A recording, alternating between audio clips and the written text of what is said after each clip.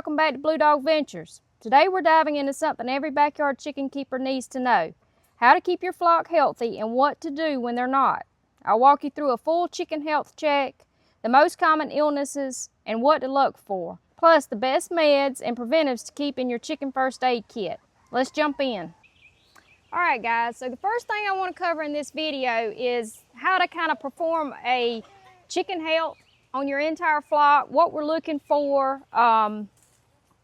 It is the spring of the year, the weather has changed, and along with that you've got new illnesses, new threats, new parasites to kind of keep a check on and look for. I just wanted to kind of familiarize you guys with just different things to look for, to be on the watch for, and we'll get started. I'll see if I can grab up one of these gals and show you how I kind of look them over.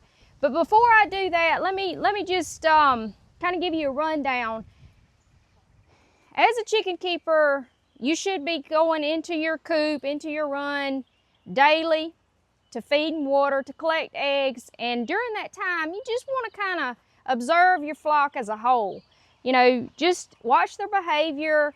If you see a chicken that's not responding to you being in the pen, or you know, you can get real close to and they're not trying to get away from you, or no movement, just watch their body language. If they're kind of just drooped, I guess is the best way to explain it. Their head's hanging, their eyes are kind of closed like they're sleeping, and they're just not responsive at all to you being nearby. This is usually an indication that you have an ill bird, and then it's time to dig a little deeper. And you also, you know, want to make sure that there's no other birds showing any signs or symptoms. A lot of these illnesses that we're going to cover today are very contagious, and once they jump on one bird in your flock, a lot of times some of them can move through the whole flock. And I'll kind of touch on which ones you'll want to go ahead and treat the whole flock as a preventive measure if you do start seeing signs and symptoms in one or two of your birds. And then others are kind of isolated, and you can just separate that one bird out, and we'll go into the treatments and different things. It is really windy today, so I'm hoping the audio's okay. But let me grab a bird and I'll kind of show you the areas that we're going to look for different things. All right, guys, while I've got her, I'm just going to kind of touch on a few different things, and then I'll let her go and we won't stress her out, and then I'll go more in depth on the things that I'm talking about. But I just want to show you on the body and the anatomy of the chicken what you're looking for, signs of a healthy chicken versus a sick chicken. First and foremost, and the most obvious, is their comb. You want it to be bright red. If you start seeing pale combs or discoloration, especially on your roosters, if they start turning purplish or almost black, that's usually a sign of an illness or something going on. But as long as they're bright and red, healthy looking, that's the first thing you want to look at. Then we're going to move to the eyes. Some of the respiratory illnesses, they're going to get upset. Some of the respiratory illnesses that we'll discuss, one of the main symptoms is watery eyes or bubbly eyes. You actually see little bubbles kind of foaming in their eyes. So you want to check eyes for that. Easy, girl. Okay, and then we're going to just kind of inspect. Lift up their wings. We're checking for mites. And chicken mites are very tiny. But you can see sometimes, we'll let them chill out for a second because I know you guys probably can't hear me.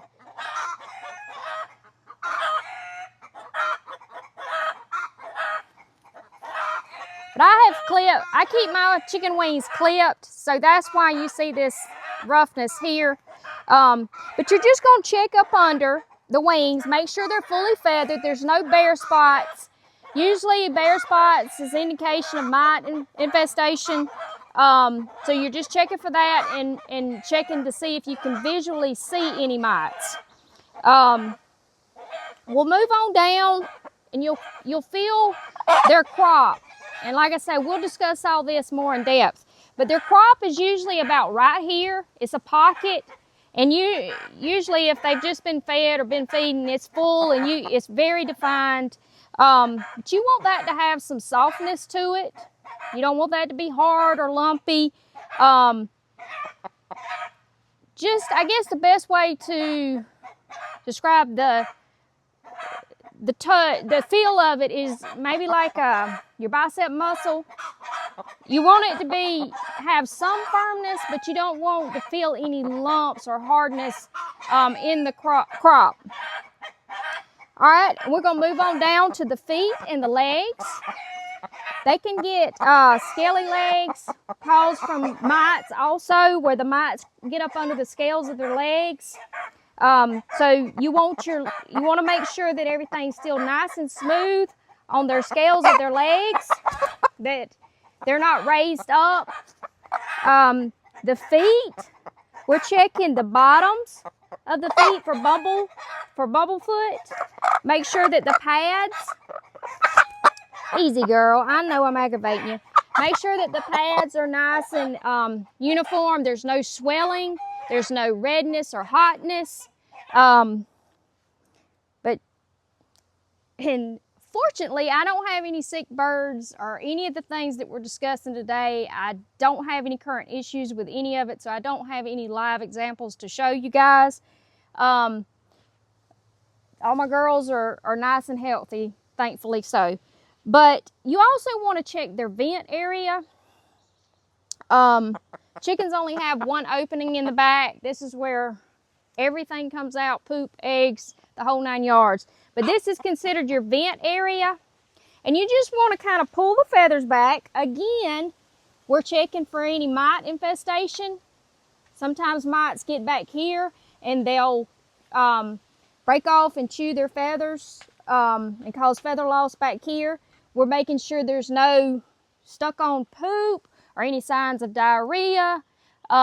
This is a good indication. Nice clean vent. You got a good healthy bird. She's alert. She's talking. Her eyes are good and open and clear. And she's trying to get away from me a time or two. That's all good signs of a good, healthy, vibrant bird. And that's what we want to look for. And you want to check your entire flock. Again, like I say, just when you're in here daily, I'm going to go ahead and let her go. You just want to make sure that there's no signs, and mainly their behavior is the #1 telltale sign that something's wrong. And the more you spend time with your birds and the more acquainted you get with this whole chicken keeping thing, the more you'll be able to recognize and quickly respond if something's not just right. So now that I've kind of shown you guys the anatomy and things to look for on the actual body of the chicken, let's go a little more in depth on the different ailments and illnesses that can affect your flock. All right, first on the list, let's talk about Cockidiosis. This is a illness that young chickens are more vulnerable to than your adult birds, but your adult birds can still contract this. This is caused by protozoi, microscopic parasites that live in the soil or their bedding that they actually ingest, and then the parasites live in their intestinal tract and cause the illness. What you're looking for, symptoms of this would be bloody, watery poop, extreme weight loss. And that was another thing that I should have mentioned when I was holding the hen for demonstration. when you pick up a bird and they're noticeably light in weight, like if you see a bird that you're suspecting to be sick, that weight loss is a major indication that something's wrong. And it can be an indication of various different things, but this is a symptom of this. Medical treatment that you want to do with this would be Corid. I don't have any of this on hand. I have had to use this in the past. I've looked in my little medical bag that I keep all my meds in, and I don't have this currently to show you, but I'll try to pull an image from online to show you guys. But this is an antibiotic treatment that works well for coccidiosis. Preventative measures for this would be try to keep their bedding and area clean, keep the poop cleaned out, and young birds feed medicated feed would help out on that. And you can also, some of the natural, if you want to stick with the natural remedies, garlic, oregano. You can also add apple cider vinegar to the water. And while we're on the apple cider vinegar, I have used this, especially in the change of seasons, like now, spring. I'll add just a splash into their drinking water once or twice a week, maybe for a couple weeks consecutively. Just a natural overall good health booster for your flock. But like I say, you can just add that into their water. The oregano, the fresh oregano, you could give to them with their feed, or just, feed that. And garlic also, minced up garlic, just chop up some garlic. All that has the antibacterial properties. This will help with the coccidiosis. The Corid is something you will just also add to the water. The sickly birds, you probably just want to isolate so that you can treat them individually, so you're making sure that they do ingest the medication. This is where you would probably need the separation pen that I have mentioned to you guys in previous videos. In the event that you have sickly birds that you need to separate out for medication purposes or for quarantine purposes, it's always nice to have on hand. Another thing that you may run into is, the worms. Some people choose to keep their flock on a routine deworming schedule. This is optional. I do not. I never have done the worming with my chickens. I've never had any issues. If you would like to worm them, Safeguard wormer is a good choice. They have 2 or 3 different chicken wormers that you guys can check out and look for.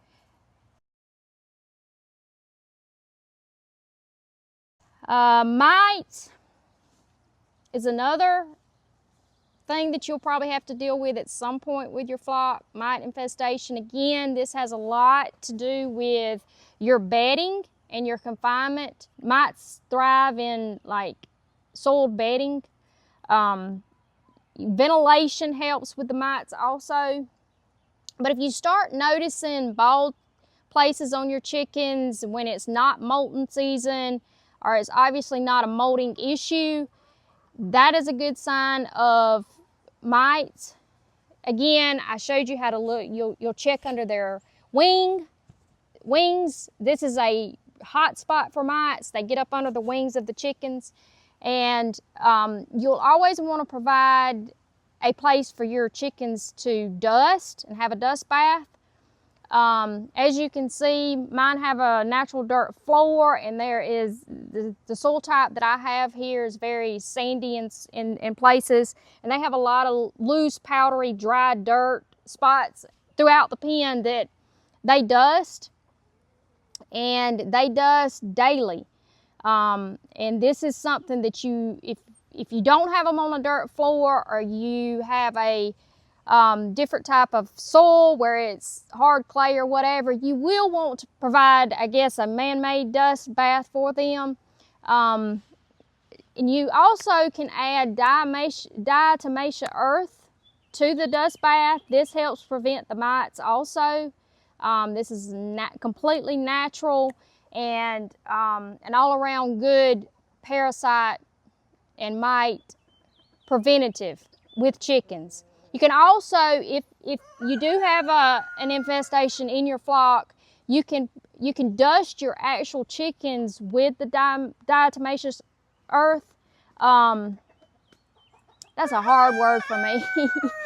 I probably butcher it. But a lot of the bags of the diatomaceous earth come with little dusters. It's a little plastic mechanism that you can squeeze and it dusts out the powder. And this works great for the chickens. I have had the mite infestation and I have dusted them with the diatomaceous earth. You just want to dust in a well-ventilated area because it can be irritating to our respiratory and the chicken's respiratory. But otherwise, it's a completely natural mineral. We use diatomaceous earth here on the homestead all the time. We use it in the garden. We use it on the dogs in the summertime to help prevent fleas and ticks.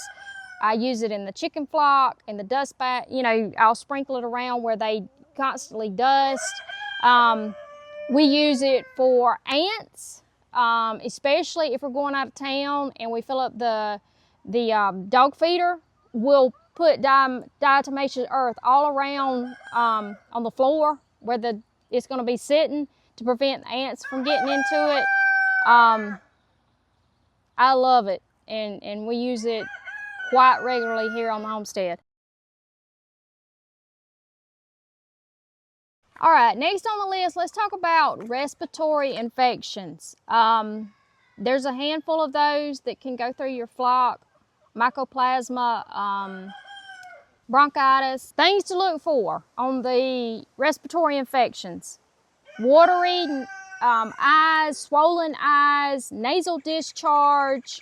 Sometimes you'll hear them wheezing when they're breathing. These are all signs of respiratory infections that can individually affect birds or go through your whole flock, just depending on the type of respiratory infection they have.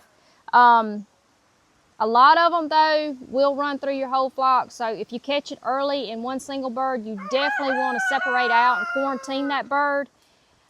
Things to have on hand for respiratory illnesses or respiratory infections: VetRx. I actually had a brand new box that I had restocked because I had used all of the bottle that I had, and I went ahead and bought a brand new bottle, so I wanted to show you the box that you're actually going to be looking for. Again, VetRx, they sell at your local farm supply, Tractor Supply, and this is 100% natural, and it's got a lot of herbs, oregano, camphor oil in it, and it just supports the overall respiratory health of your birds. And in the wintertime, or again, and during the changes of seasons, I'll just put a few drops in their water just for preventive measures. And then, like I say, if you have a sick one bird or multiple birds, you'll want to add this to the water also. And it even says on the box, a little goes a long ways. It only takes a few drops in the water, and it smells very strong. It has the rosemary in it also. You can smell the natural herbs in this stuff. This is if you have chickens, definitely pick up a bottle of this and keep it on hand at all times. This is some jam up stuff. I've used it for years. Next thing, if you want to get, if the infection gets a little more advanced, this is a antibiotic, Tylen 50. This is an injection, and I do inject my birds. Tylen is a broad-spectrum antibiotic commonly used in poultry to treat respiratory infections and some bacterial diseases. It can treat mycoplasma, which is a chronic respiratory disease. It can also treat respiratory infections, help with the coughing, sneezing, the rattling or the wheezing that you can hear, the nasal discharge, and There's a couple different forms of the Tylen. Tylen 50 is injectable. Tylen 200 is injectable. And then they have a powder form of Tylen that you can mix with their drinking water. For the water dosing on the powder Tylen, you're going to use 1 teaspoon or 1 gram per gallon of water. And you're going to use that in a sole water source for 3 to 5 days. And you're going to want to do the egg withdrawal for at least 7 days after treatment. So you got to count your treatment days, and then you want to have the egg withdrawal 7 days after treatment also. That's a bare minimum. The injectable dosing for Tylen 50, you're going to use 0.2 milliliters per pound of body weight. Again, 0.2 milliliters per pound of body weight, and that's given once daily, 3 to 5 days. I usually go into the breast with, this is intramuscular, and the breast muscle is the easiest for me. You just hold the bird up close to you and inject, and then of course you're going to alternate sides every day. The injectable has antibiotic residue, so you're going to have to, egg withdrawals even more extended for the injectable. I would extend egg withdrawal for a minimum of 30 days. Do your homework, do your own research if you're the ones eating the eggs on that. You can also pick up powder electrolytes next time you go to your local farm supply, tract supply. If you're gonna create you a first aid or a little medical go-to bag after watching this video, I do advise to buy you a few little packs of the electrolytes. Usually it's recommended if you're hatching chicks, like to add the electrolytes to the chick water, but it's also nice to have on hand if you have a sick bird, whether it be respiratory, digestive issue. The electrolytes are always a plus, and you can offer that to your birds to help kind of give them a little boost and help get them over the hump.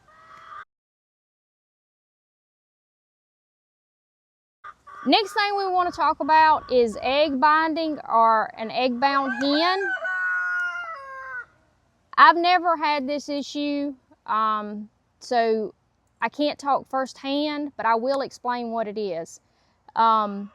Sometimes the hen will get an egg, I guess for best explanation, hung somewhere in the respiratory tract, and it's very painful for her.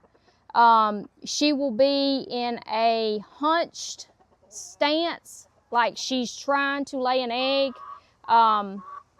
She'll be straining, and she'll be like this for an extended period of time. And what you'll want to do in this case is you'll want to do a soak her, and you'll just kind of have to get you a pan or a tub and fill it with just warm water and Epsom salt, and you'll just kind of have to gently hold her down, just her bottom, her vent, and just hold her down into the water for good, I would say good 5-10 minutes.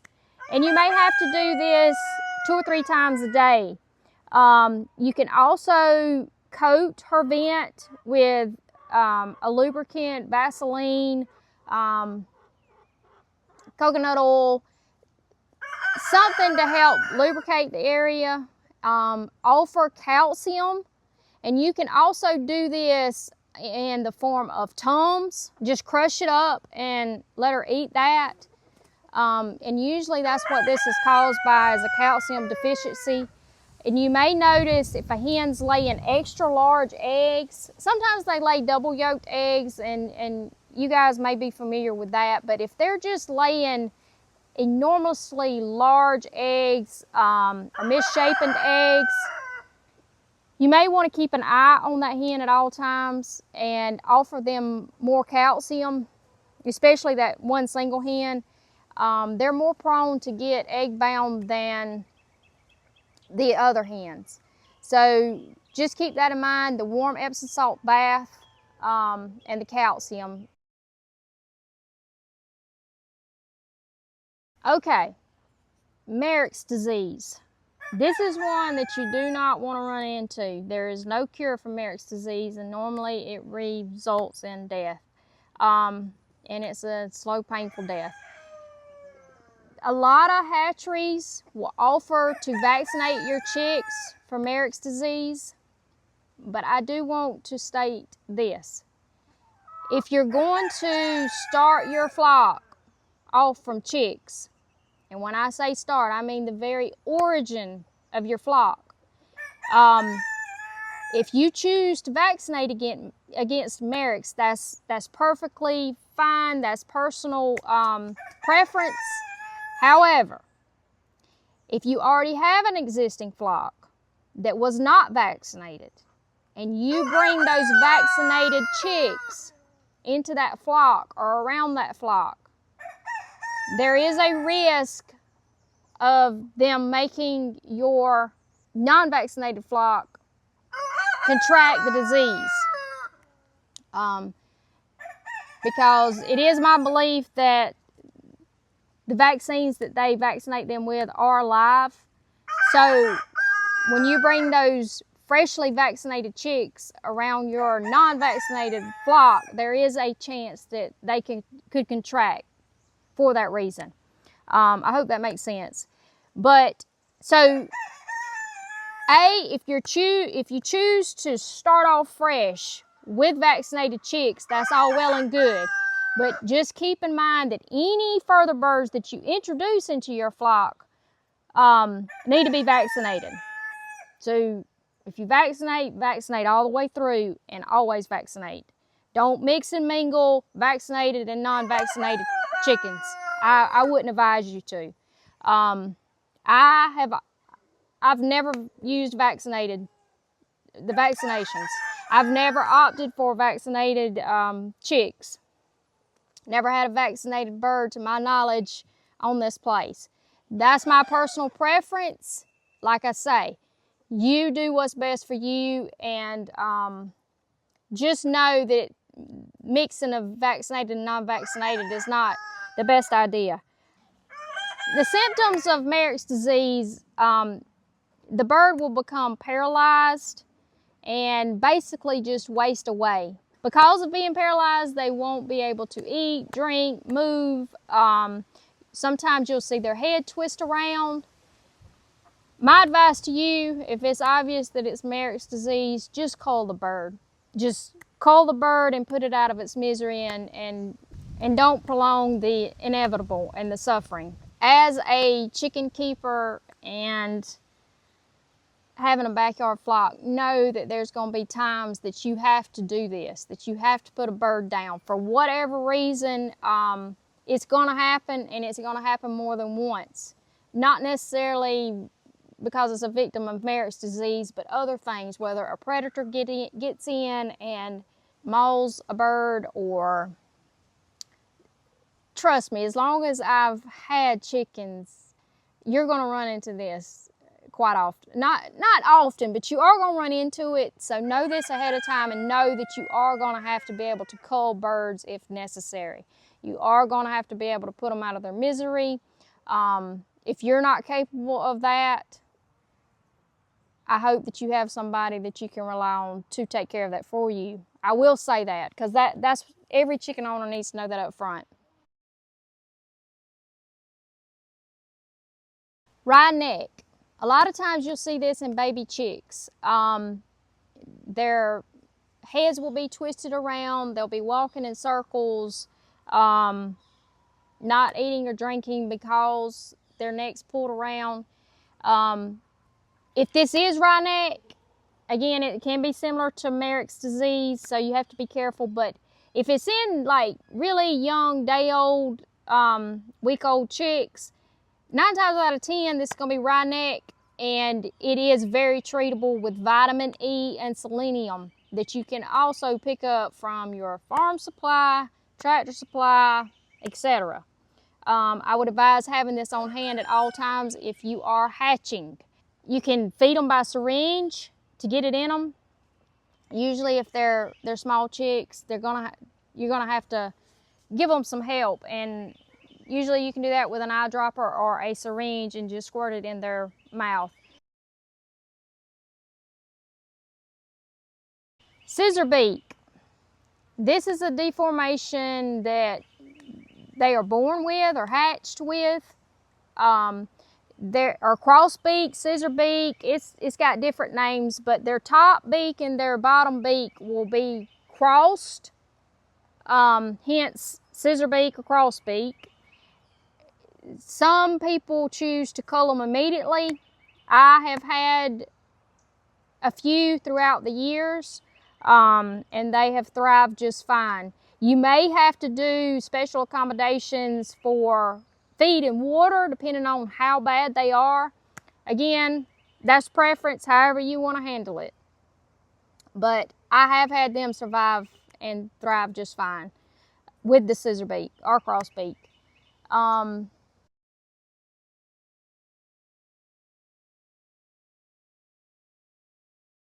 Bumblefoot. Let's talk about Bumblefoot for a second. This is when, if you start noticing that they may be limping, this is where it's imperative that you, like I was showing you, check the bottom of their foot. They have a little pad on the bottom in the middle of their foot, and this is where Bumblefoot will start. It'll be hot to the touch. It'll be swollen. A lot of times it'll be red, and it'll have a little black scab in the middle. It's caused from staph infection. They can, when they're walking around, if they nick it or get a small cut, they'll get staph infection in it. And the remedy for this, especially the earlier you catch it, the better off the chicken and the hopes of recovery, without it being a prolonged issue. Epsom salt, soaking it in water and Epsom salt, again, at least at a minimum once a day. Try to keep, it's hard when they're walking around, especially on a dirt floor, but if you can kind of keep it coated with antibiotic ointment such as Neosporin or something like that, that can help. You may have to kind of make a makeshift bandage, but a lot of times they'll peck at it and pull it off. But if you can get creative enough, that would help. Sometimes I have seen it on one of my hens one time. It'll work its way all the way from the bottom and can come out the top. It is painful. It's not life-threatening. They will survive. And like I say, it'll work itself out completely eventually. Okay, let's talk about sour crop. This is where they can have a yeast or bacterial infection in their crop. You may see them just kind of opening their mouth quite often. I guess the best way to explain it is like, not that chickens burp, but like they're trying to get something up, or, burp, like how we would try to burp. I guess is the best way to explain it. But if you see them doing that, or, just stretching their neck out a lot, pick the bird up, kind of feel the crop. If it's real squishy and mushy and they have a sour, foul smell coming from their mouth, this is usually an indication of sour crop.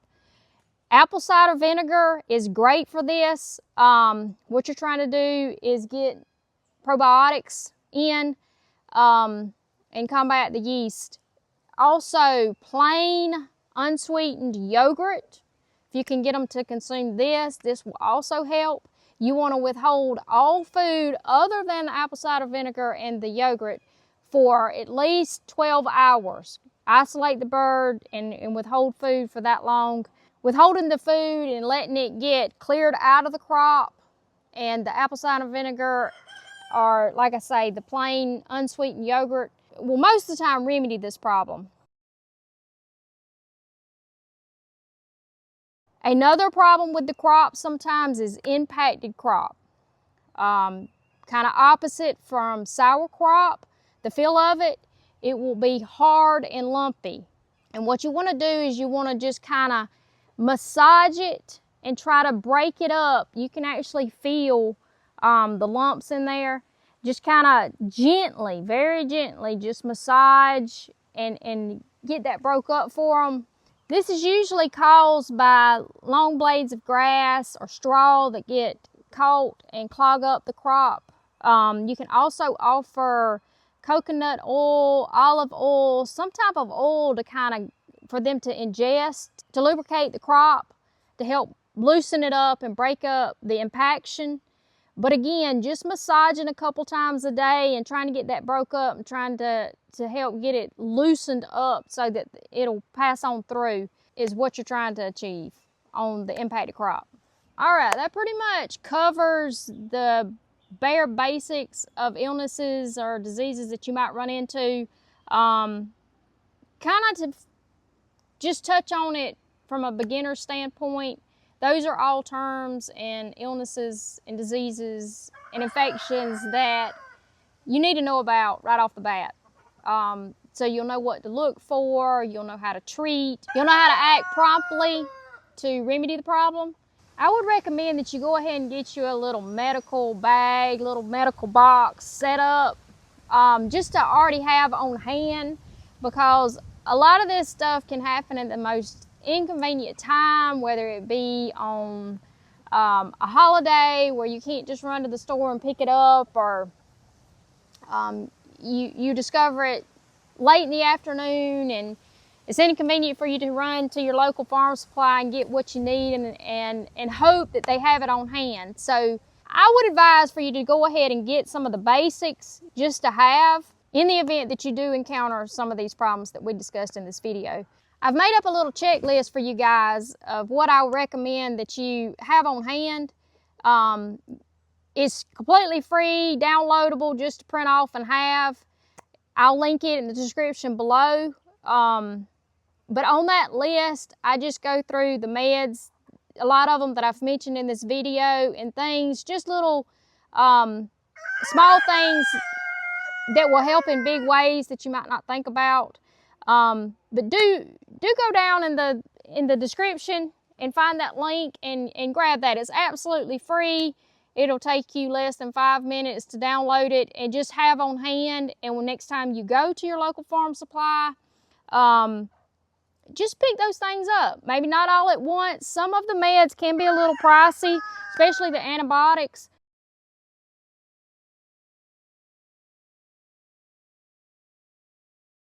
Well worth having on hand. Maybe just pick up a few items this trip, and the next time you go, pick up a few more and just keep that checklist handy with you.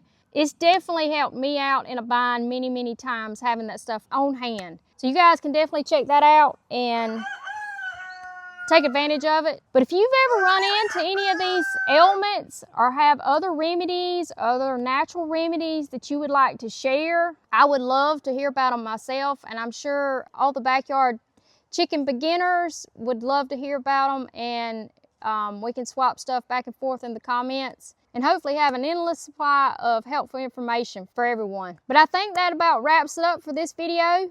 I hope you guys have enjoyed it. I hope you've learned something, maybe helped somebody out. So until next time, guys, take care. Catch you on the next one.